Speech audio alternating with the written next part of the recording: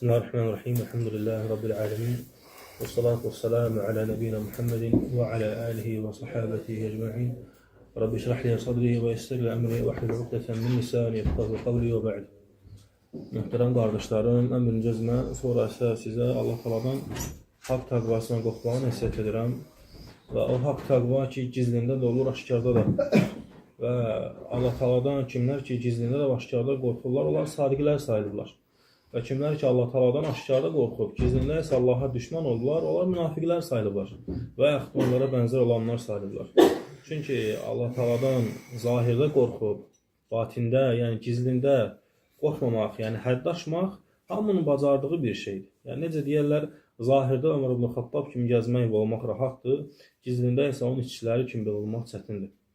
Və bugün toxunmaq istədiyim bir mövzu var qardaşlarım. O mövzu ki, şübhələrlə əlaqədardır. Və o mövzu ki, şeytanın əlində saxladığı, şeytanın əlində tutduğu ümməti, yəni əhl-i sünnəni, sələfləri parçalamaq üçün istifadə elədiyi silahlardan bir silahdır. Hansı ki, o silah ki, onu Rəbbinə vəd vermişdi. O silah ki, o vəd ki, Rəbbinə onu vəd olaraq vermişdi və Rəbbinə vəd verərək demişdi ki, mən onlara sağ tərəflərindən, yəni yaxınlaşacağı tərəflərdən bir tərəf idi sağ tərəf. Yəni xeyirlərlə yaxınlaşacağını Rəbbinə vəd vermişdi. Və onun, şeytanın yaxından, sağdan yaxınlaşmasının, yəni insanı xeyirlə aldatmasının əlamətlərindən də biri bidətdir, bidətlərdir. Bidətlər çünki dindəndir. Hər bir bidətin əsli dindəndir. Heç bir bidətçi, heç bir bidət əhli öz bidətinin əslini nə İncildən, nə də Tövratdan götürməyib. Nə də hər hansı kafirlərin və yaxud da deistlərin və yaxud da onlara bənzər olanların kitablarından götürməyib. Hər bir bidət, yəni hər bir dinə gətirilən yenilik İslam dinindən qaynaqlanır. Yəni səhv başa düşməkdən qaynaqlanır. Çünki Peyğəmbər sallallahu aleyhi ve sellem bizə Allahın kitabını, Rasulun sünnəsini və kitabı və sünnəni izah edən, başa düşülən, yəni sələfin fəhmini bizə əmr etdi. Və kimlər ki, artıq üçlüyün üçüncüsünü, yəni sələfin fəhmini tərk etdilərsə, onlar Allahın kitabını oxuyub, Rasulun sünnəsini əzbərləyən bidətçilər oldular. Və bu hər zaman da belə olub və hər zaman da belə olacaq. Və sadəcə olaraq ən qorxulusu və təhlükəli olan məsələ isə, qardaşlarım, qiyaməti yaxınlaşdıqca bidətlər gizlənəcəklər və xəfifləşəcəklər. İlk çıxan bidətə baxın, rafizlərin, xavariclərin və onlara bənzər olan rafizlərin bidətlərinə baxın. Necə də açıq, aşkar səhv olduqları görünürdü. Necə də açıq, aşkar səhv olduqları görünürdü. Və bidətlər çoxaldıqca və qiyamətə yaxınlaşdıqca artıq gizlənməyə başladılar. Yəni xəfiflənməyə başladılar. O zamana qədər hətta o qədər xəfiflənməyə başladılar ki və xəfifləşdilər ki, artıq hətta bəzi özünü sələfə nisbətən əhlüsünnə belə o bidətləri görməməyə başladılar. Çünki o qədər gizləndi. Çünki şeytan alimdir. Çünki iblis Adəmdən əvvəl yaradılıb. Və iblis Adəm birinci olmaq şərti ilə, Adəm ilk peyğəmbər idi. Adəm ilk olmaq şərti ilə, tələbi ilə bütün peyğəmbərləri görüb. Bütün peyğəmbərlərə nazil olan vəhiy bilir. Və bütün peyğəmbərlərin yanındakı insanlar, yəni onun əshabı və onları nə azdırdısa, iblis onu bilir. Zaten azdıran o özü idi. Və onları nə sabit saxladısa, onun özünü də bilir. Və ona görə də kimsə iblisi və yaxud da onun ordusunu və yaxud da onun əskərlərini allada bilməz. Ondan qorunmaq olar sadəcə olaraq. Və iblisin də, şeytanın da müsəlmana ən çox verdiyi, yəni sağ tərəfdən yaxınlaşmaq, hansı ki Rəbbinə verdiyi söz, o da bidətlərdir və bidətlər də insanları azdırır. Və o bidətlər ki, artıq sələflərə nisbət olan, üzr istəyirəm, özünü sələfiliyinə nisbət eləyənlərin dillərindən çıxmağa başlayır. Özünü sələfiliyə nisbət eləyənlərin dillərindən çıxmağa başlayır. Hətta o qədər çıxır ki, orada o qədər incəliklər var və orada o qədər xəfifdir ki, o bidətin izləri artıq bunu hətta hərdən elm tələb eləyənlər də görünür. Çünki elə bidətlər var ki, açıq və aşkardır. Elə bidətlər var ki, hətta onlar əhl-i sünnə tərəfindən təkfir olunur. Məsələn, Qullat qədərlər. Hansı ki, onlar deyirlər ki, Allah qafildir və s. Bir şey olur, sonra Allah onu bilir. Hətta dinindən az bir şeyi, payı bilən insan bilər ki, batil bir firqədir. Dindən az bir şey bilən də bilər ki, adi bir firqədir. Amma elə firqələr var ki, görmək çətindir. Elə bir firqələr var ki, zahirlərinə baxanda onların zahirində sahabələrin zahirləri görünür. Amma şeytan onlara sağ tərəfdən elə yaxınlaşdı ki, artıq hətta özlərini elmə nisbət edənlər də belə xətalara düşməyə başladılar. Ona görə də qardaşlarım, fitnələrin çoxaldığı bir dövrdə müsəlmana elmsiz qalmaq yaraşmaz. Hərdən bəzi qardaşlarımız, Allah subhanahu wa ta'ala əhl-i sünnəni haqq üzərində sabit saxlasın, xeyirlər üzərində sabit saxlasın. Hərdən bəzi qardaşlarımız onlara nəsiyyət olunduğu zaman, bidət əhlindən çəkinməkləri və yaxud da bidət əhlini tərk etməkləri nəsiyyət olunduğu zaman, onlara deyildiyi zaman ki, bidətə düşmüş elm əhlindən və tələbələrdən və onların ətrafından ehtiyatlı olmağa onlara nəsiyyət olduğu zaman, onlar bəzi qardaşlarımız deyirlər ki, mən qorxuram. Mən qorxuram haqqa girməkdən, mən qorxuram bu məsələlərə qarışmaqdan, mən qorxuram birdən kiminsə qeybətinə eləməkdən və mən qorxuram kimlərinsə əziyyətinə zərər verməkdən. Subhanallah-i-azim, insan haqdan qorxub haqqa girməz. Əgər bir insan ki, haqdan qorxduğunu iddia edirsə və qorxduğu haqdan başqa bir haqqa girirsə, artıq onun ilk dediyi söz artıq ixlasa ziddir, ixlasın əksinədir. Çünki necə ola bilər ki, insan kimis haqqına girməkdən qorxsun, amma sonra kimisi haqqına girsin. Ona görə də qardaşlarım, müsəlmana Allahdan qorxduğunu iddia edən yaraşmaz elmsiz qalmaq və cahil qalmaq. Çünki insan nə qədər elmsiz və cahil qalarsa, növbəti gələn bidətlər ona aparacaq. Çünki vallahi və billahi, şeytan heç vaxt yatmayacaq. Və o yeni gələn hər bir bidət əvvəlkindən daha da xəfif olacaq. Və necə ki, görülən budur. Və artıq ola bilsin ki, onlar səni aparsın. O bidətlər artıq sənin ağuşunu alsın. Və artıq sən oradan çıxa bilməyəsən. Və hətta zaman gəlsin ki, sən o bidətləri dəvət eləyəsən. Və hətta o zaman gələcək ki, sən o bidətləri haqq biləcəksən. O da nəyə görədir, qardaşım? Artıq sənə aid olan məsələləri, sələfin fəhmini düzgün başa düşməyivə görədir. Artıq sənə elə yerlərdən dəlillər gətirəcəklər ki, zahirən məsələlərin əksi səhihdir.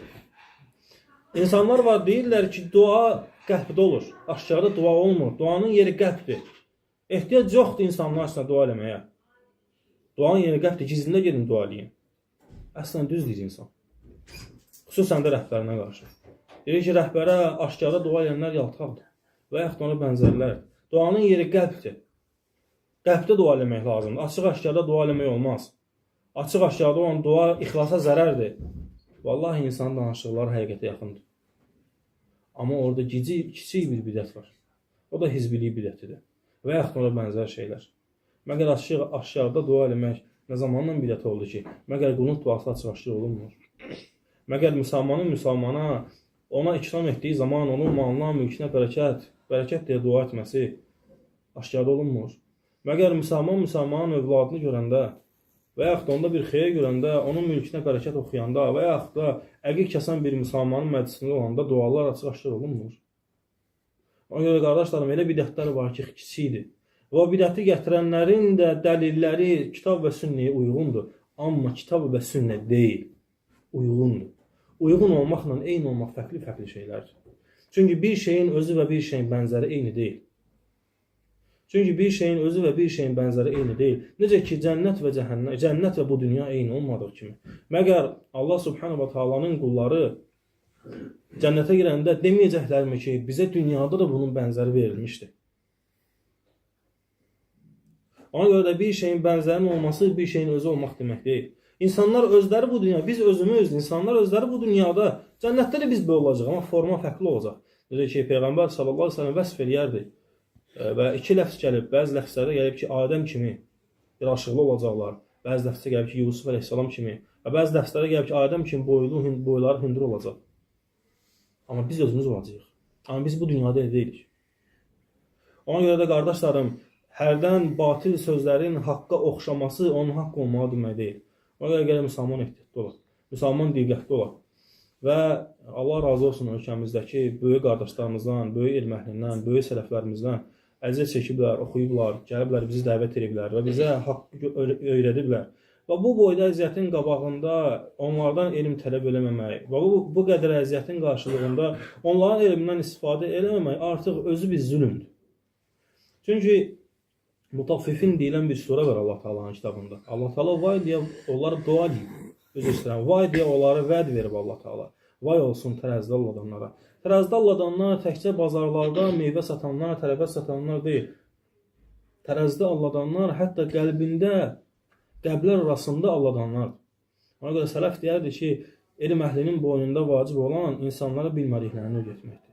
Və insanların boynunda vacib olan onlardan öyrəndiklərinə və onlardan gəlib öyrənməkdir. Ona görə əgər bir müsəlman baxırsan, məsələn, adi basit bir məsələ olaraq qardaşım, məsələn, Səid müəllim hər hansı bir dərs keçir. Allah onu xeyirlə sabit saxlasın. Səid müəllim Allah qorusun. Baxırsan, məsələn 100 nəfər baxıb və yaxud da dərs 100 dəfə izlənilir. Yəni Azərbaycanın 100 dənə sələfi var.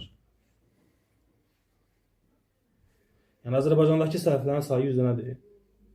Həmin aşağı rəqəmlər demirəm. Yəni bunlar hamısı soruşulacaq. Və qiyamət kimi bunlar heç bir əbəs yeri deyil. Bunlar hamısı soruşulacaq və soruşan da Rəbbindir. İnsan valideyni ona rəhm eləyir. Nə qədər valideyni sənə vursa da, nə qədər sənə acı sözlər desə də, əvvəl-axır səni bağışlayacaq. Hətta sən bağışlanmağa layiq olmasan da belə səni bağışlayacaq. Amma Rəbbin sən bağışlanmağa layiq olmasan səni bağışlamayacaq. Bəli, Allah Taala bağışlayandır, əfv eləyəndir. Amma layiq olanları, layiq olmayanları yox.